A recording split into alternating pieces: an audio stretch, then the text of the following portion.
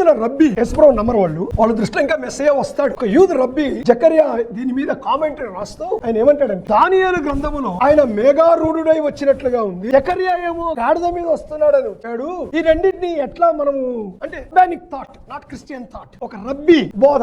ఆయన ఏమంటాడంటే, ఇశ్రాయేలు జాతి మెస్సియాను అంగీకరిస్తే ఆయన మేఘము మీద వస్తాడు, వాళ్ళు మెస్సియాను తృణీకరిస్తే ఆయన గాడిద మీద వస్తాడు అని ఆయన ఇంటర్ప్రిటేషన్ ఇచ్చారు. యూదు రబ్బీ అయినప్పటికీ కూడా his interpretation is a Christian interpretation. వాళ్ళు దే రైట్లీ అండర్స్టూడ్. జకర్యా మాటలు రాసినప్పుడు మనం క్రైస్తవులాగా ఆలోచిస్తున్నాం, మనం యూదులం కాదు కనుక మనం యూదులాగా ఆలోచించలేదు. కానీ అక్కడ ఉన్న జూయిష్ మైండ్ కి ఎప్పుడైతే యేసుప్రభువు వారు గాడిద మీద ఎక్కి యెరూషలేములోకి ప్రవేశిస్తున్నప్పుడు వీళ్ళందరూ కూడా దావీదు కుమారుడా జయము జయము అని అరుస్తూ ఉన్నప్పుడు అక్కడ ఉన్న జూయిష్ మైండ్ కి ఏమర్థమవుతుందంటే, ఈయన మెస్సయ్యనా.